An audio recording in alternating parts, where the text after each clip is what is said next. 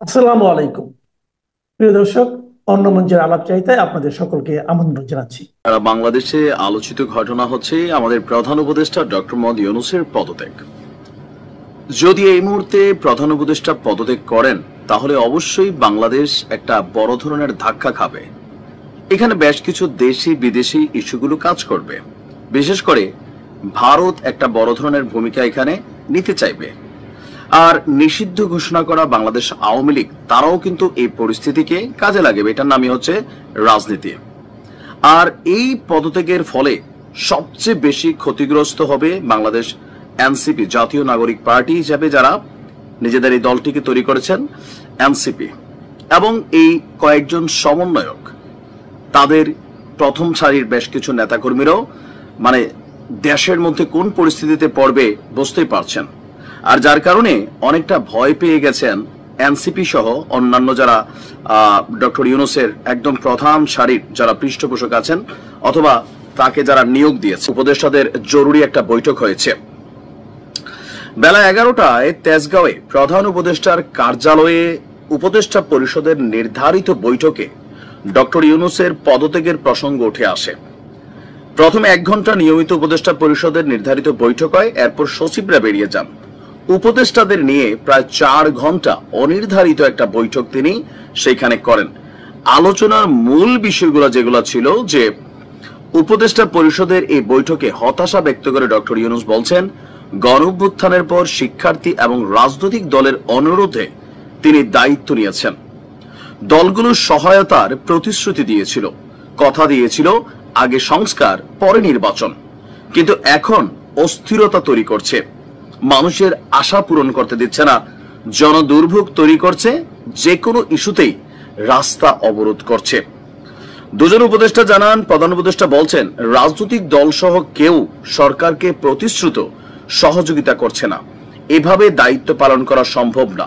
নির্বাচন নিয়ে চাপ তৈরি করা হয়েছে, বিদ্যমান পরিস্থিতিতে সুষ্ঠু নির্বাচনের সম্ভাবনা ক্ষীণ, মানে একদম অল্প।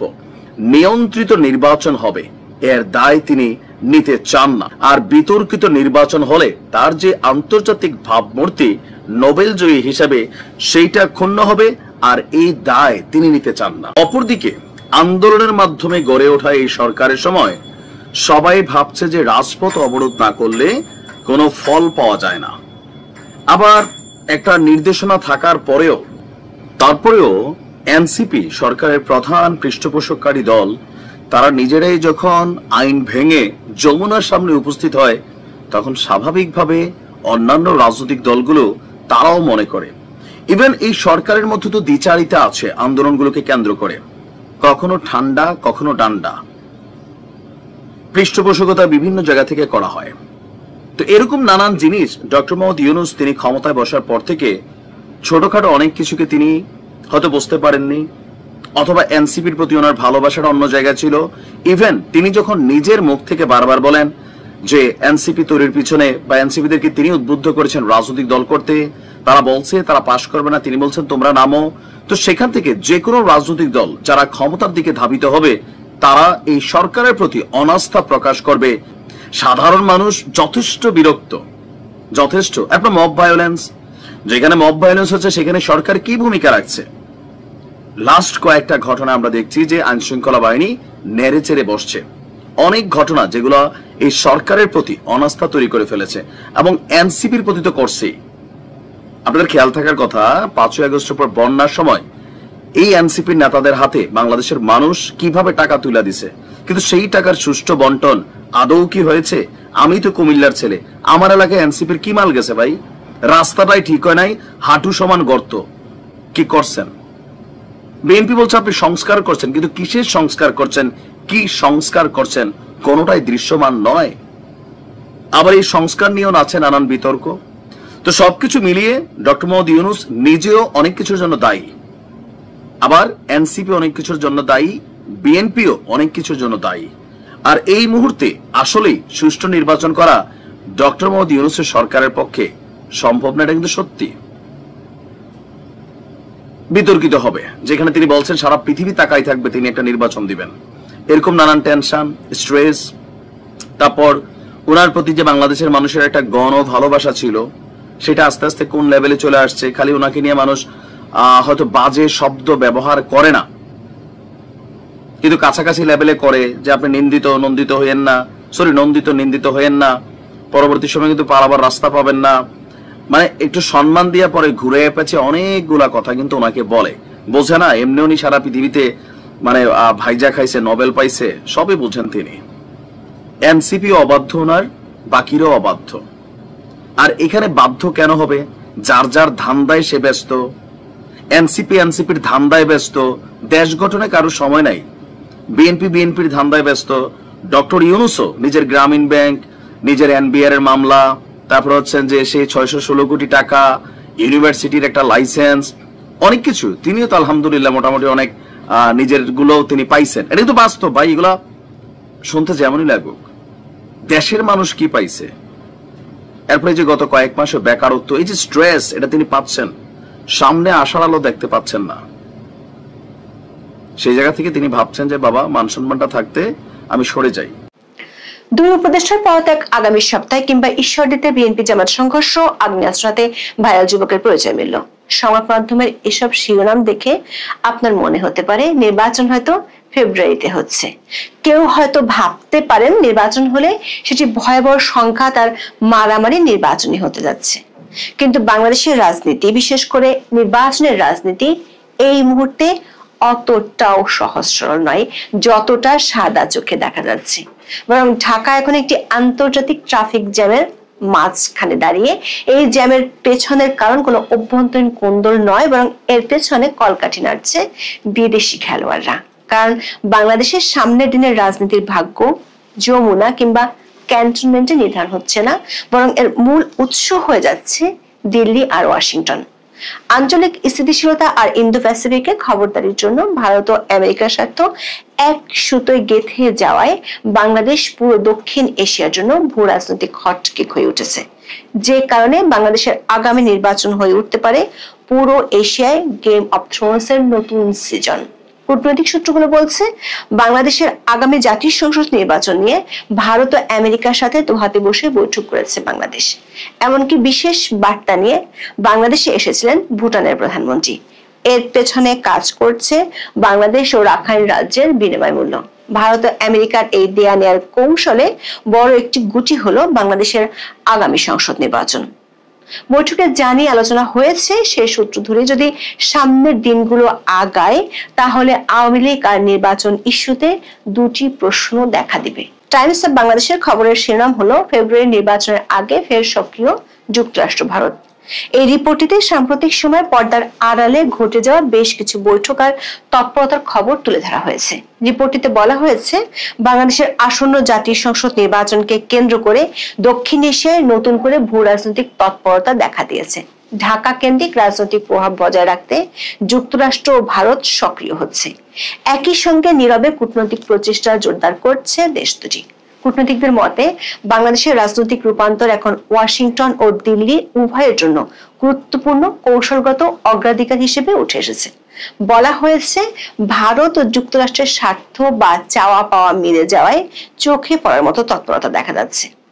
একাধিক কূটনৈতিক সূত্রের বরাত দিয়ে টাইমস অফ বাংলাদেশ এবং নর্থ ইস্ট নিউজের খবরে বলা হয়েছে আসন্ন ত্রয়োদশ জাতীয় সংসদ নির্বাচনে আওয়ামী লীগের অংশগ্রহণ নিশ্চিত করতে ভারত আড়ালে প্রচেষ্টা আরো জোরদার করেছে। প্রশ্ন হলো কেন ভারতের এমন প্রচেষ্টা? দর্শক, ভারতের মূল চিন্তা তিনটি। প্রথমত বাংলাদেশের অভ্যন্তরীণ স্থিতিশীলতা, দ্বিতীয়ত জঙ্গিবাদ পুনরুত্থানের ঝুঁকি, আর তৃতীয়ত ভারতের উত্তর পূর্বাঞ্চলের নিরাপত্তা সংক্রান্ত কারণ। অর্থাৎ দিল্লির কাছে আওয়ামী লীগের নির্বাচনে অংশগ্রহণ তাদের নিরাপত্তার জন্য মাস্ট ডু টাস্ক হিসেবে গণ্য হচ্ছে। আর এই লক্ষ্য পূরণের জন্যই শুরু হয় উচ্চ পর্যায়ে বৈঠক। প্রথম বৈঠকটা হয় দিল্লিতে কলম্বো সিকিউরিটি কনক্লেভের সাইডলাইনে। বাংলাদেশের জাতীয় নিরাপত্তা উপদেষ্টা ডক্টর খলিলুর রহমান এবং ভারতের জাতীয় নিরাপত্তা উপদেষ্টা অজিত দোভাল এই দুই গুরুত্বপূর্ণ ব্যক্তির মধ্যে আলোচনা হয়। কিন্তু চমক আরো বাকি আছে। এই বৈঠকের পরপরই তারা আরো এক দফা বৈঠকে বসেন, আর সেই বৈঠকের লোকেশন হলো মধ্যপ্রাচ্যের রহস্যময় দেশ কাতার। কাতারে বৈঠক হওয়া মানে এর গুরুত্ব কয়েক গুণ বেড়ে যাওয়া। কেন? কারণ এই বৈঠকটি শুধু ভারত বা বাংলাদেশের মধ্যেই সীমাবদ্ধ ছিল না। দোহা বৈঠকের আলোচনা পরিচালনা করেন এমন একজন ব্যক্তি যিনি আলোচনার পরিবেশকে আরো আকর্ষণীয় করে তুলেছেন। তিনি হলেন কাতারের আমিরি দেওয়ানের প্রধান আব্দুল্লাহ বিন মোহাম্মদ বিন মোবারক আল খুলাইফি। এই খুলাইফি যুক্তরাষ্ট্রের সঙ্গে কাতারের নিরাপত্তা সহযোগিতা জোরদারে ভূমিকার জন্য সিআইএ জর্জ টেনেট মেডেলে ভূষিত হয়েছেন। যখনই কোনো আলোচনায় সিআইএ মেডেল জয়ী একজন মধ্যস্থতাকারী থাকেন, তখনই বোঝা যায় আলোচনাটি মোটো আঞ্চলিক পর্যায়ে নেই, এটি পুরোপুরি আন্তর্জাতিক নিরাপত্তা এজেন্ডায় চলে গেছে। আরো গুরুত্বপূর্ণ বিষয় হলো, টাইমস অফ বাংলাদেশ এবং নর্থ ইস্ট নিউজের খবরে বলা হয়েছে দোহা বৈঠকে যুক্তরাষ্ট্রের কর্মকর্তারা উপস্থিত ছিলেন। এর মাধ্যমে ওয়াশিংটনও বাংলাদেশের নির্বাচন নিয়ে তাদের বাড়তি আগ্রহের ইঙ্গিত দিয়েছে। বাংলাদেশের পক্ষে বৈঠকে অংশ নেন জাতীয় নিরাপত্তা উপদেষ্টা ডক্টর খলিলুর রহমান। বাংলাদেশের প্রধান উপদেষ্টার দপ্তর থেকে জারি করা জিওতে দেখা যাচ্ছে খলিলুর রহমান 25 থেকে 28 নভেম্বর কাতারে অবস্থান করছেন। তবে সরকারি আদেশে এই সফরের উদ্দেশ্য নিয়ে কিছু বলা নেই। জিওতে বলা হয়েছে জনাব খলিলের এই সফরটি সরকারি সফর, মানে অন ডিউটি হিসেবে গণ্য হবে এবং সফরের সব খরচ প্রধান উপদেষ্টার দপ্তর বহন করবে। দর্শক, বিষয়টা অনেকটা সেই বাংলা সিনেমার মতো, যেখানে নায়ক বিদেশে যায় কোনো ব্যবসায়িক কাজে, কিন্তু ভেতরের কাজটা থাকে গোপন প্রেমের সম্পর্ক স্থাপন করা। দোহায় অনুষ্ঠিত বৈঠকের অবস্থাও তাই, যেখানে ব্যবসা হলো নির্বাচন আর গোপন সম্পর্ক হলো ভারত মার্কিন বাংলাদেশ বোঝাপড়া। প্রশ্ন হলো, ভারত ও যুক্তরাষ্ট্র কেন বাংলাদেশকে নিয়ে একসাথে দোহায় বসে আলোচনার টেবিলে বসলো? কূটনীতিকরা জানাচ্ছেন ভারত ও যুক্তরাষ্ট্রের উদ্বেগের মধ্যে বেশ কিছু জায়গায় মিল আছে। এর অর্থ হলো নরেন্দ্র মোদী এবং ডোনাল্ড ট্রাম্প দুজনের প্রশাসনের টেনশন পয়েন্টগুলো প্রায় এক। দিল্লি বলছে বাংলাদেশের শান্তি থাকা দরকার, আওয়ামী লীগ নির্বাচনে না থাকলে গন্ডগোল হবে, আর গন্ডগোল হলে ভারতের উত্তর পূর্ব সীমান্তে জঙ্গি বেড়ে যাবে, তাতে ভারতের শান্তি নষ্ট হবে। অন্যদিকে ওয়াশিংটন বলছে তাদের ইন্দো প্যাসিফিক স্ট্র্যাটেজিতে ভারতই বস, আর বাংলাদেশকে আমেরিকার দরকার ভূ রাজনৈতিক ক্ষেত্র হিসেবে। এই অঞ্চলে যে চীনের প্রভাব বাড়ছে সেটা কমাতে হবে। চীনের প্রভাব মানে আমেরিকার ঘুম হারাম হয়ে যাওয়া। দর্শক, ভারত ও আমেরিকা দুই দেশের সবচেয়ে বড় অস্বস্তির কারণ এক, সেটি হলো চীন। চীন নীরবে সব দলের সাথে সম্পর্ক বানাচ্ছে। এই জন্য এক বিয়েতে বর আর কনে পক্ষের ঝগড়ার মাঝে এক তৃতীয় পক্ষের লোক এসে সবার সাথে দোস্তি করে নিচ্ছে। সূত্রগুলো বলছে দুই দেশের স্বার্থ এক বিন্দুতে মিলে যাওয়ায় বাংলাদেশকে নিয়ে দোহাতে বৈঠক হয়েছে। প্রশ্ন হলো, এই একই চাওয়া পাওয়ার মধ্যে বাংলাদেশকে নিয়ে ভারত ও যুক্তরাষ্ট্রের মধ্যে লেনদেনটি কি হচ্ছে? কূটনৈতিক সূত্রগুলো বলছে ঢাকা নিয়ে যুক্তরাষ্ট্রের কাছে ভারতের প্রত্যাশা এখন বেশ পরিষ্কার। দিল্লি মনে করে গত কয়েক মাসে বাংলাদেশের সঙ্গে তাদের প্রভাব কিছুটা কমে গেছে এবং সেটি পুনরুদ্ধারে ওয়াশিংটনের সমর্থন দরকার। অন্যদিকে যুক্তরাষ্ট্র চায় মিয়ানমারের রাখাইন অঙ্গরাজ্যে ভারতের ভূমিকা আরো জোরদার হোক। রাখাইনে আরাকান আর্মি ও অন্যান্য সশস্ত্র গোষ্ঠী নতুন বাস্তবতা তৈরি করছে এবং ওয়াশিংটন মনে করে ভবিষ্যতে পুনর্গঠন ও স্থিতিশীলতা প্রক্রিয়ায় ভারত গুরুত্বপূর্ণ ভূমিকা রাখতে পারে। এটা অনেকটা আন্তর্জাতিক বাজারের দর কষাকষির মতো, তুমি আমাকে ঢাকা দাও, আমি তোমাকে রাখাইন দিচ্ছি। দর্শক, টাইমস অফ বাংলাদেশের খবরে দিল্লি আর দোহার বৈঠক ছাড়াও আরেকটি স্পর্শকাতর বিষয় উঠে এসেছে। পত্রিকাটি বলছে অভ্যন্তরীণ আলোচনার সঙ্গে যুক্ত একাধিক ব্যক্তি তাদের জানিয়েছেন সাবেক প্রধানমন্ত্রী শেখ হাসিনাকে দেশে ফেরত আনার প্রশ্নটিও কিছু পর্যায়ে আলোচনায় উঠে এসেছে। তবে তারা বলছেন নির্বাচন প্রশ্নে সুস্পষ্টতা না আসা পর্যন্ত এ বিষয়ে ভারত কোনো আগ্রহ দেখাতে রাজি নয়। তার মানে ভারত আগে নির্বাচনের কাঠামো চূড়ান্ত দেখতে চায়, তারপর অন্যান্য বিষয় নিয়ে ভাববে। মূল কথা হলো দোহা বৈঠকে নির্বাচনের কথা, স্থিতিশীলতার কথা, এমনকি সাবেক প্রধানমন্ত্রী শেখ হাসিনাকে দেশে ফেরানোর প্রশ্নটি উঠেছে। কিন্তু ভারত বলছে নির্বাচন ফাইনাল না হলে এ ব্যাপারে কথা নেই। এজন্য এক জটিল কূটনৈতিক দর কষাকষি। এদিকে এই নীরব কূটনৈতিক তৎপরতার মধ্যে আরেকটি ট্র্যাক টু কূটনীতির উদাহরণের কথা উঠে এসেছে। দর্শক, ট্র্যাক ওয়ান ডিপ্লোমেসি হলো সরাসরি রাষ্ট্রীয় বা সরকারি পর্যায়ের কূটনীতি, আর ট্র্যাক টু ডিপ্লোমেসি হলো একটি অনানুষ্ঠানিক প্রক্রিয়া যেখানে পর্দার আড়ালে আলোচনা হয়ে থাকে। টাইমস অফ বাংলাদেশের খবরে বলা হয়েছে সম্প্রতি ভুটানের প্রধানমন্ত্রী শেরিং তোবগে যে বাংলাদেশ সফরে এসেছিলেন, তখন তিনি নাকি ভারতের প্রধানমন্ত্রী নরেন্দ্র মোদীর একটি বিশেষ বার্তা নিয়ে এসেছিলেন। যদিও কোনো পক্ষই এই বার্তার বিষয়বস্তু প্রকাশ করেনি, কিন্তু সবাই এ সফরকে বাংলাদেশের নির্বাচনকে ঘিরে এক ধরনের নীরব কূটনীতি হিসেবে দেখছেন। দর্শক, দেখা যাচ্ছে পুরো প্রক্রিয়াটি অনেকটা আন্তঃমহাদেশীয় দাবা খেলার মতো। এক চাল দেওয়া হয় বাংলাদেশে, তার প্রভাব পড়ে ভারত মিয়ানমার সীমান্তে, আর পুরো খেলার পরিচালনা হয় কাতার আর ওয়াশিংটনে বসে। টাইমস অফ বাংলাদেশের খবরটিতে একেবারে শেষে দুটি খুব গুরুত্বপূর্ণ প্রশ্ন ছুড়ে দেওয়া হয়েছে। বলা হয়েছে, কূটনৈতিক তৎপরতা যত বাড়ছে, আলোচনায় এখন দুটি প্রশ্নই সবচেয়ে প্রাধান্য পাচ্ছে। একটি হলো, আওয়ামী লীগ কি শেষ পর্যন্ত নির্বাচনে অংশ নেবে? অন্যটি, সমঝোতার পরিবেশ তৈরি হলে ফেব্রুয়ারি ভোট কি পেছাতে পারে? দর্শক, গত 12 মে থেকে বাংলাদেশে সরকারের নির্বাহী আদেশে আওয়ামী লীগের কার্যক্রম নিষিদ্ধ আছে। সরকার পক্ষ থেকে মাঝে মাঝে বলা হয় আওয়ামী লীগ আগামী নির্বাচনে অংশ নিতে পারবে না, কিন্তু সম্প্রতি পর্দার আড়ালে পরপর ঘটে যাওয়া বেশ কিছু আঞ্চলিক বৈঠক ভিন্ন বার্তা দিতে শুরু করেছে। দিল্লি চায় আওয়ামী লীগ রাজনীতিতে ফিরে আসুক, আর মিত্র যুক্তরাষ্ট্রের হাতে আছে সুষ্ঠু, অবাধ ও অন্তর্ভুক্তিমূলক নির্বাচনের জন্য চাপ দেওয়ার হাতিয়ার। এ চাপ না মানলে যুক্তরাষ্ট্রের সেই নাইজেরিয়া সিনড্রোম দেখা যেতে পারে, এমন আশঙ্কা করছেন কূটনীতিকরা। দর্শক, নাইজেরিয়া সিনড্রোম হলো যুক্তরাষ্ট্রের সেই স্যাংশন যার ফলে আসতে পারে ভিসা সহ নানা নিষেধাজ্ঞা। কিন্তু প্রশ্ন হলো, বাংলাদেশের অন্তর্বর্তী সরকার বলছে ফেব্রুয়ারির প্রথমার্ধে নির্বাচন হবে, ফলে ফেব্রুয়ারি মাস সামনে রেখে প্রস্তুতি চললেও যদি ভারত যুক্তরাষ্ট্রের চাপে এমন কোনো সমঝোতা হয় যা আওয়ামী লীগের অংশগ্রহণ নিশ্চিত করে, তাহলে সেই সমঝোতার জন্য সময় দরকার হতে পারে। এখানে ভারত এবং যুক্তরাষ্ট্রের অগ্রাধিকার ভিন্ন। ওয়াশিংটনের কাছে সুষ্ঠু নির্বাচন ও রাজনৈতিক স্থিতিশীলতা যেমন আঞ্চলিক স্বার্থ রক্ষার অংশ, তেমনি ভারতের কাছে অগ্রাধিকার হলো সীমান্ত স্থিতি বজায় রাখা ও চীনের প্রভাব নিয়ন্ত্রণে রাখা। এই দুই অগ্রাধিকারের মধ্যে যে বিন্দুতে সমঝোতা হবে সেটাই নির্বাচনের ভাগ্য নির্ধারণ করবে। দর্শক, ভারত ও আমেরিকার পক্ষ থেকে বার্তাটা পরিষ্কার। সেটি হলো, বাংলাদেশের নির্বাচন এখন আর শুধু অভ্যন্তরীণ বিষয় নয়, এটি এখন ইন্দো প্যাসিফিক কৌশলের একটি বড় পরীক্ষা। ভারত চায় তার নিরাপত্তা, যুক্তরাষ্ট্র চায় আঞ্চলিক প্রভাব ধরে রাখতে, এবং এই দুই দেশের সম্মিলিত আকাঙ্ক্ষা হলো চীন যেন এই অঞ্চলে আর কোনো বড় সুবিধা নিতে না পারে। এই পুরো পরিস্থিতিটা অনেকটা এমন যেন আপনি ক্রিকেট খেলা দেখছেন, কিন্তু আম্পায়ার ও মাঠের বাইরে বসা ব্রডকাস্টার মিলে সিদ্ধান্ত নিচ্ছে কোন দল ব্যাটিং এ নামবে। বলা যায়, বাংলাদেশের রাজনীতি এখন আর শুধু 32 নম্বরের ধানমন্ডি বা পল্টনের খেলার মাঠ নয়, এটি একটি গ্লোবাল দাবা খেলা, যেখানে ঢাকা শুধু একটি পণ বা সৈন্য মাত্র। এই খেলার শেষ চাল কে দিবেন, ওয়াশিংটন, দিল্লি, নাকি শেষ পর্যন্ত ঢাকার জনগণ? সেই উত্তর পেতে চোখ রাখতে হবে আরো কিছু গোপন বৈঠকের দিকে। যদি ভারত যুক্তরাষ্ট্রের ঐক্য বজায় থাকে, তবে বাংলাদেশের রাজনীতিতে বড় ধরনের পরিবর্তন অবশ্যম্ভাবী। আর যদি ঐক্য ভেঙে যায়, তাহলে পরিস্থিতি আরো ঘোলাটে হবে। আজ সকালে ঘুম ভেঙেছে একটা অপ্রত্যাশিত SMS এ। সেখানে বলা হয়েছে যে গত রাতে বেগম খালেদা জিয়া ইন্তেকাল করেছে।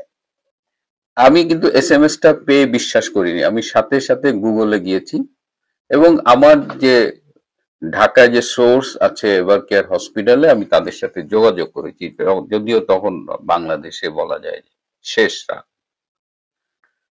যেটা আমি জানতে পেরেছি যে ম্যাডামের এই মুহূর্তের অবস্থা খুবই সংকটাপন্ন। তো এই সংকটাপন্ন আপনারা বুঝতেই পারছেন যে তিনি আইসিইউতে আছেন, এবং একজন রোগীর, এটা অস্ট্রেলিয়ায় এসে আমি জেনেছি যে এটা তার প্রাইভেসি, যে তার শারীরিক অবস্থা এক্স্যাক্টলি কিরকম সেটা আমার পাবলিকলি বলা উচিত না।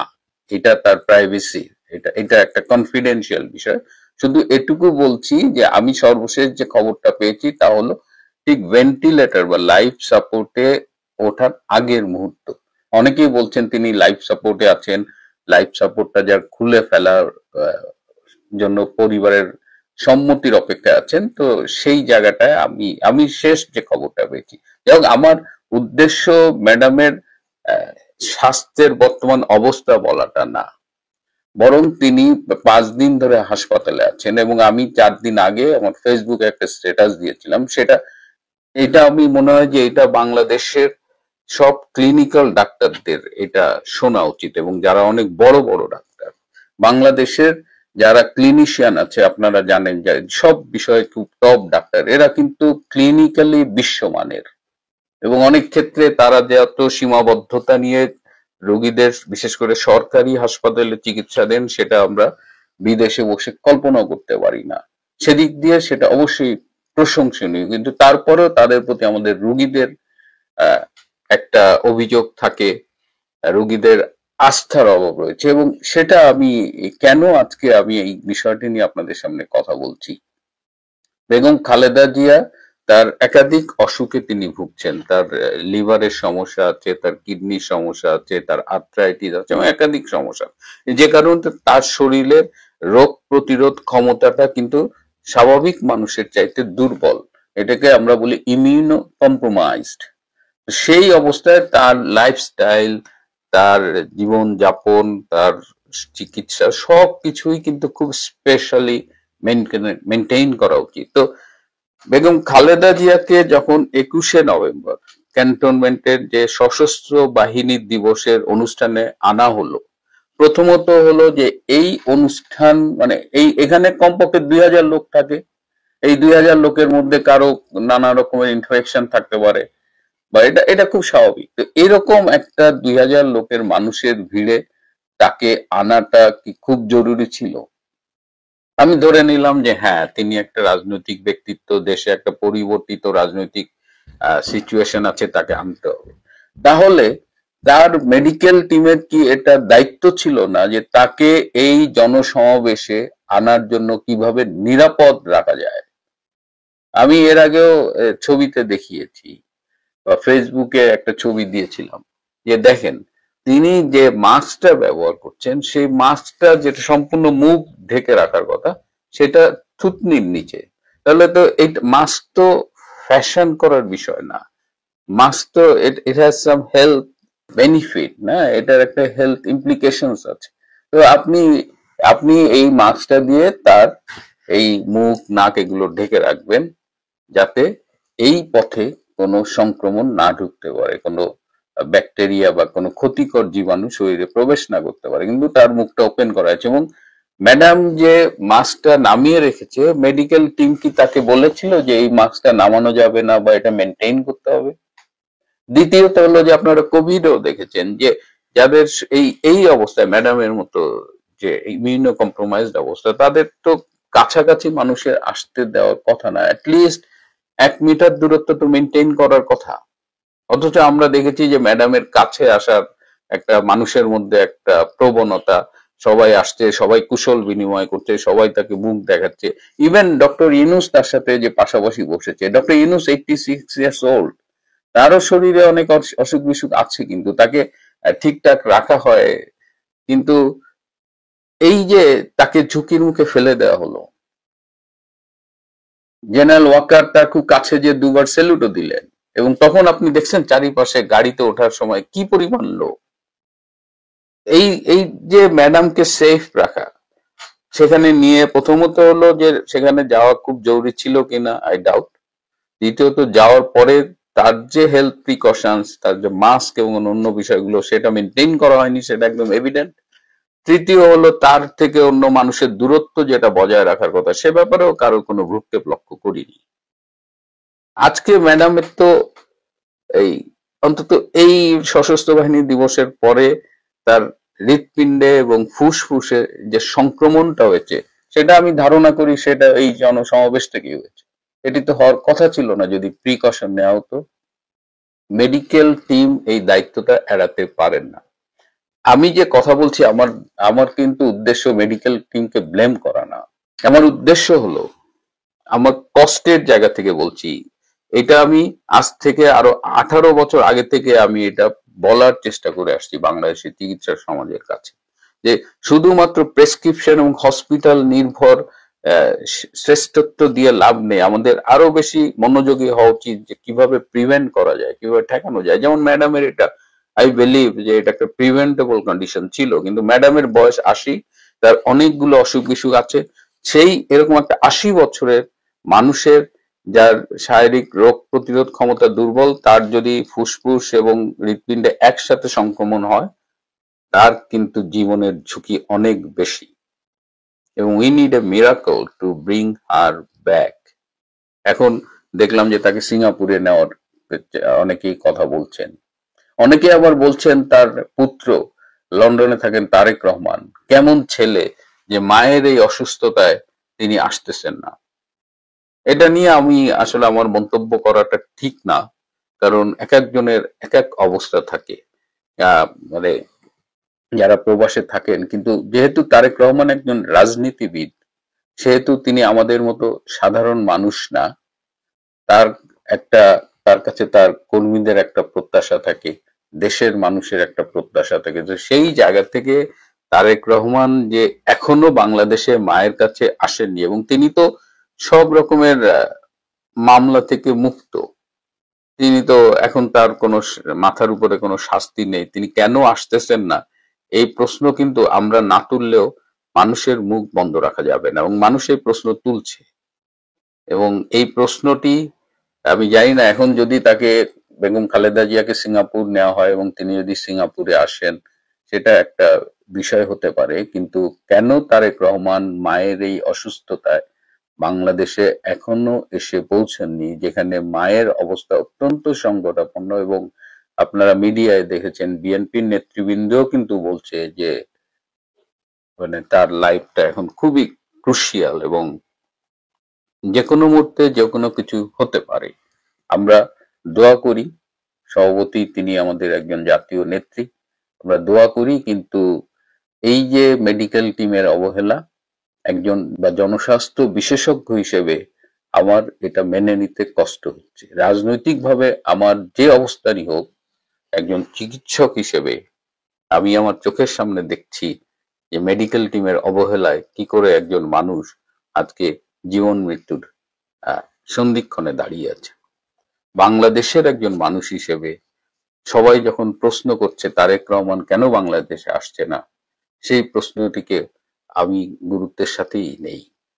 আমি জানি না তারেক রহমান এটা কিভাবে, অনেকেই কিন্তু নানান কথা বলছেন যে মার এই অবস্থায় যে ছেলে আসে না, তাকে নিয়ে অনেক রকমের আপত্তিকর কথা বলছে। সেই কথাগুলো আমি আপনাদের সামনে স্ক্রিনে আনছি না, but these are facts, these are being discussed, and দেখা যাক কি হয়।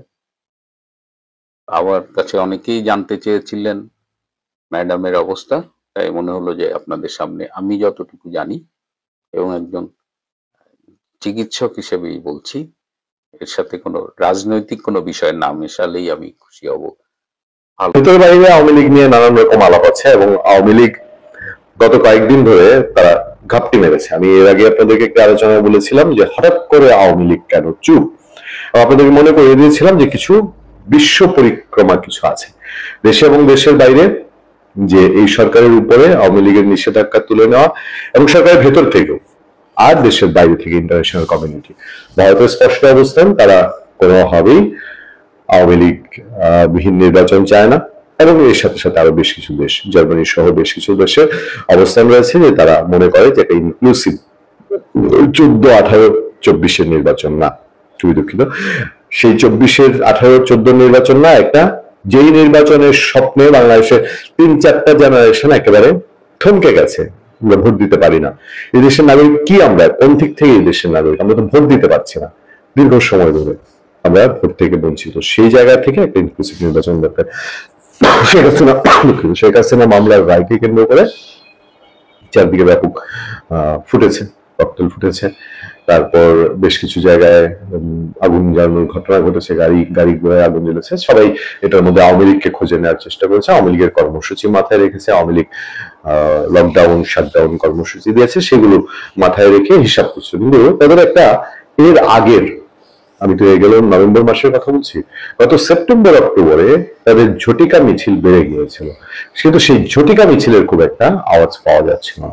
হঠাৎ করে এসে আমি যেদিন কথা বলছি 28 নভেম্বর আবার সেই ঝটিকা মিছিলের আওয়াজ। মোহাম্মদপুরে আওয়ামী লীগের ঝটিকা মিছিল, রাজধানী মোহাম্মদপুরে কার্যক্রম নিষিদ্ধ আওয়ামী লীগের একটি অঙ্গ সংগঠন ঝটিকা মিছিল করেছে, কয়েক সেকেন্ড স্থায়ী, কয়েক সেকেন্ড, খুব সিগনিফিকেন্ট, কয়েক সেকেন্ডের মিছিল স্থায়ী। ওই মিছিলে অংশ নেন হাতে গোনা কয়েকজন। শুক্রবার সকাল 7:30টার দিকে আকস্মিকভাবে কয়েকজন একটি মিছিল বের করে এবং কয়েক সেকেন্ডের মধ্যে পালিয়ে যান বলে জানিয়েছে পুলিশ।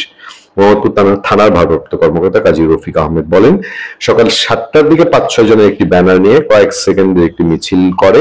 খবর পেয়ে পুলিশ ঘটনাস্থলে যাওয়ার আগে তারা পালিয়ে যায়। মিছিলকারীদের শনাক্ত করে আইনের আওতায় নেওয়ার কাজ চলছে। দুপুর 1:30টার দিকে বাবর রোড থেকে একটি অবিস্ফোরিত ককটেল উদ্ধার করেছে পুলিশ। এ বিষয়ে ওসি বলেন যে মোহাম্মদপুরের বাবর রোডে লাল কাপড় দিয়ে মোড়ানো একটা অবিস্ফোরিত ককটেল উদ্ধার করা হয়েছে। পরে বোম ডিসপোজাল ইউনিট এসে সেটি নিষ্ক্রিয় করে। আমরা যেটা আপনাদেরকে বোঝাতে যাচ্ছি সেটা হলো যে বাংলাদেশের স্থিতিশীলতার জন্য এই চ্যাপ্টারটার একটা সমাধান করবে। আচ্ছা, ডক্টর ইউনূস যদি পারতো, তার যদি এই ক্যারিশমা মেকানিজম থাকতো, তো সারা বাংলাদেশে সেই জনমত জয়ী তৈরি করতো বা সেভাবে সে শাসন করতো 15 মাস। যে আমরা যদি দিনের শুরুটা দেখে বুঝতে পারতাম যে না, দিনটা ভালো যাবে, তাহলে তিনি যেটা চাচ্ছেন সেটা বাংলাদেশের মানুষ মেনে নিত। কিন্তু তার চাওয়ায় কি রং ছিল না? তার চাওয়ায়, তার বিচারিক প্রক্রিয়া নিয়ে যা দেখা যাচ্ছে সেখানে কি বড্ড বেশি রং ছিল না? সেটা কি তিনি নিজেও এখন বুঝতে পারছেন। ফলে এই ঝটিকা মিছিলগুলো, কোনটা তো একেবারে এইভাবে ঝটিকা মিছিল হওয়াটা তো রাজনীতির জন্য আলটিমেটলি এটা কোনো পজিটিভ সাইন না। এই দল যখন ঝটিকা মিছিল করে তারপরে একটা সময় হুট করে 2-3 হাজার বের হয়, আর কখন কত বের হবে এটা বোঝা খুব মুশকিল। এই জন্যই বোধ হয় আন্তর্জাতিক কমিউনিটি ডক্টর ইউনূসকে বোঝানোর চেষ্টা করছে যে ঝটিকা মিছিল যেন ওই আকস্মিক বড় মিছিল যেগুলো হয় বা এর চেয়ে অন্য কোনো দিকে টার্ন না করে। ভালো থাকবেন, সুস্থ